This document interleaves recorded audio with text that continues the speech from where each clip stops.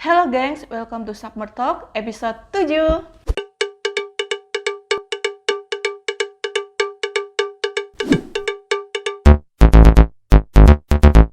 Submer Production. Hai semuanya, balik lagi sama gue, Syua Fauzia. Nah, kali ini kita kedatangan narasumber nih. Siapa dia? Ini dia, Wawan. Halo, gua Wawan. Sekarang gue lagi sibuk jadi mahasiswa pertanian, mahasiswa akhir. Oke deh, manggilnya Wawan aja kali ya. Oke. Oke Wawan, tadi kan lo bilang nih ya, lo ini mahasiswa akhir, mahasiswa jurusan pertanian. Oke, ya. Oke, ngebahas tentang mahasiswa pertanian ya kan. Biasanya belajarnya itu tentang apa sih? Apa macul, apa ngapain gitu kan? Tentunya kalau kita ngomong tentang pertanian, mahasiswa pertanian gitu ya, pastinya kita belajar tentang pertanian ya. Yang mana itu kegiatan untuk kita mempelajari tentang kegiatan bercocok tanam yang baik dan benar gitu. Jadi yaitu kita fokusnya ke pertanian berkelanjutan yang peduli dengan lingkungan dan pastinya ingin ngasilin hasil panen yang banyak gitu. Tadi kan bilangnya pertanian yang baik dan benar gitu. Emang sebelumnya yang salah itu kayak gimana sih? Pertanian sebenarnya selama bisa menghasilkan buah atau sayur atau hasil pertanian lainnya dengan bisa menghasilkan gitu dan bisa bermanfaat buat manusia ya sebenarnya nggak salah. Cuma kan seiring dengan perkembangan zaman kan populasi penduduk semakin meningkat, kemudian kita harus memperhatikan juga aspek ekologinya. Aspek ekologi itu seperti ramahnya terhadap lingkungan, sustainable, berkelanjutan gitu. Terus bagaimana cara di sana juga, pertanian juga ada agroteknologi, ada juga agribisnis di kampus gua ya di UMJ Universitas Muhammadiyah Jakarta. Jadi kalau agroteknologinya itu fokusnya kepada nanam, kalau agribisnisnya itu fokusnya kepada ngejual gitu dan menciptakan perekonomian yang berbasis pertanian gitu, baik itu mempelajari ataupun melakukan. Ngelihat ke depannya gini ya, tentang pertanian gitu. Sekarang kan ibaratnya penduduk itu semakin padat, makin banyak orang yang ngebangun rumah gitu. Nah, di perkuliahan itu membahas nggak sih mengenai tempat strategis gitu untuk bercocok tanam, apalagi tempat sekarang udah makin sempit. Itu menjadi salah satu titik fokus kita ya. Dengan tanah pertanian yang semakin sempit dan pertumbuhan jumlah penduduk itu banyak banget gitu. Dengan adanya hal itu, kedua hal tersebut menjadi tantangan sendiri bagi mahasiswa pertanian untuk mengembangkan pertanian dengan memanfaatkan lahan seminimal mungkin untuk menciptakan hasil semaksimal mungkin. Pernah dengar hidroponik nggak? Pernah. Hidroponik, itu baru mau gue tanyain. Iya, aeroponik itu kan pertanian yang menggunakan cara bertani yang modern, artinya berbeda dari nenek moyang kita dulu, memanfaatkan lahan yang sempit tapi hasilnya bisa banyak. Gitu. Iya, pakai media air ya. Iya, media air. Tapi itu pasti kan agak beda ya dengan menanam lewat media tanah dengan air gitu, dengan listrik kan. Itu ada tantangannya lagi nggak sih sebenarnya kalau misalkan pakai hidroponik tuh? Kalau untuk hidroponik, kalau untuk teknisnya mungkin kita bicarain di lain waktu aja ya. Tapi kita prinsip-prinsip dasarnya untuk teknisnya emang dia khusus, sangat berbeda sekali, itu beda banget sama pertanian yang menggunakan tanah, itu beda banget gitu. Tapi nggak begitu sulit juga sih, artinya kalau kita mau belajar kita bisa bikin kok di rumah, bahkan dari botol-botol bekas, dari tempat-tempat bekas tuh bisa. Yang penting mau belajar aja, banyak kok di YouTube juga banyak. Oke. Tapi untuk petani-petani di daerah nih, apa mereka masih tetap mau bertani menggunakan media tanah atau mereka juga udah beralih nih untuk hidroponik? Kalau di daerah itu tergantung sih ya, daerahnya daerah mana. Karena gini, ada juga daerah yang udah nyaman dengan pertanian konvensionalnya, dengan tanah tradisional gitu, yang mungkin hasilnya juga sudah cukup, atau mungkin mereka ini mau pindah ke yang lebih modern, tapi itu kan butuh modal juga gitu. Ya. Tapi ada juga kayak di Jawa Barat, di salah satu kabupaten, saya lupa di mana, yang memanfaatkan atap rumahnya itu dibikin flat gitu, dibikin kayak apa sih, kayak orang mau bangun lantai 2 tapi apa sih namanya itu ya, dak gitu ya, rooftopnya itu dibikin persawahan tapi yang menggunakan ember. Jadi rooftopnya itu jadi sawah, tapi bukan sawahnya itu menggunakan ember gitu. Itu merupakan salah satu, itu keren banget sih, salah satu inovasi ya. Dan itu sih yang dipikirkan oleh mahasiswa pertanian itu ya, hal-hal yang Tapi selama menjadi mahasiswa pertanian dan sekarang udah jadi mahasiswa akhir nih ya Kak, pernah ngebuat sesuatu inovasi nggak, atau pernah apa sih ibaratnya kalau misalkan kuliah itu KKN ya? Itu pernah nggak? Oh, kalau KKN kemarin karena saya KKN-nya online. Oh, gimana tuh KKN online? Mas Aduh, pertanian? itu menurut gue tuh aneh banget sih. KKN online tuh aneh banget. Jadi karena COVID kemarin, gue harus pulang ke kampung. Ya udah, kampus itu memberikan, dia ngasih kebebasan buat KKN. Jadi satu kelompok, tapi nggak apa-apa pisah-pisah gitu. Tapi kita punya program kerja masing-masing gitu. Kalau lu bilang apa tadi, inovasi dan segala macam ya. Kalau inovasinya itu kita selalu berjuangnya di skripsi. Kayak judul skripsi gue yang sekarang yang mudah-mudahan minggu depan mudah-mudahan waktu video ini tayang kayaknya udah seminar hasil Ya, gitu. amin. Semuanya ketik amin ya, dan yang nonton juga amin gitu. Jadi bantuin doa. Judulnya itu pengaruh pemberian limbah cangkang kerang hijau terhadap pertumbuhan dan produksi tanaman jagung manis. Jadi kita tuh lagi mengupayakan di kampus gua itu lagi ngupayain kita bikin apa nih dari limbah, dari apapun itu yang sekiranya bisa dimanfaatkan untuk menjadi pupuk. Siapa tahu itu bisa meningkatkan produksi gitu. Itu kan merupakan sebuah ikhtiar kita untuk mendapatkan formulasi untuk mungkin pupuk padat atau pupuk cair, sehingga ya itu bisa menjadi penemuan yang keren gitu. Artinya kita tuh selalu untuk di kampus gua tuh rata-rata pada make kayak limbah gitu untuk jadiin kayak pupuk gitu. Soalnya kalau itu berhasil, ya itu bakal gokil sih. Katakan dari sampah apa, limbah apa, kemudian dia bisa meningkatkan produksi pertanian sekian persen untuk tanaman ini kan, which is good gitu. Iya, memanfaatkan recycle gitu, biar nggak emang limbah sampah nih yang gimana dong ini meminimalisir penggunaan plastik itu kan susah ya, mempengaruhi tanah juga apalagi kan. Itu emisi karbon segala macam itu harus menjadi PR juga buat kita. Kalau bukan kita yang mikirin ya siapa lagi? Benar. Oke, selama berkuliah nih kesulitannya apa sih? Kesulitan biaya sih. Justru biaya ya, bukan kesulitan. Aduh, gimana aku mau Kalau berinovasi. kuliah di Universitas Muhammadiyah Jakarta untuk jurusan pertanian itu selama lu nilai absen aman, ngerjain tugas, UTS, UAS, ya jangan bego-bego banget lah, artinya lu tanggung jawab sama pilihan lu sendiri ya aman sih, nggak ada. Sampai sekarang mungkin mata kuliah yang paling sulit menurut gue itu statistik.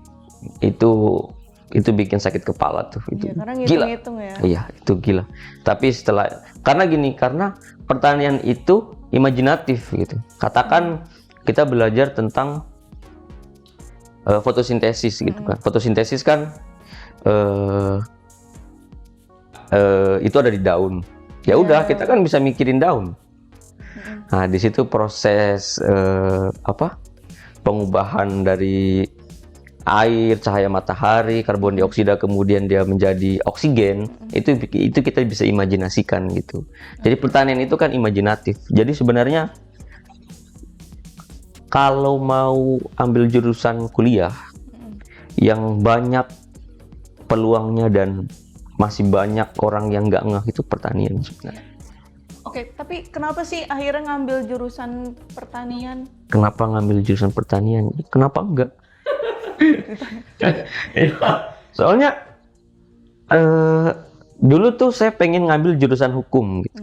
Tapi setelah saya konsultasi sama orang tua, dia bilang kalau pokoknya nggak ngizinin gitu, jangan hukum gitu. Ada satu dan lain hal, jangan hukum. Ya udah saya manut gitu. Artinya ngambil jurusan apa coba di situ, yang di situ ada tapi yang di kampung nggak ada gitu. Kalau hukum mah ada di kampung, kamu di kampung aja bisa. Terus saya lihat, oh pertanian nggak ada nih di kampung dulu. Ya sudah ngambil pertanian. Awalnya tuh gini, awalnya ya nggak SPK apa-apa sih. Dulu juga bingung gitu. Pertanian belajar apa gitu. Apakah cara mencangkul dengan rapi dan indah gitu atau gimana?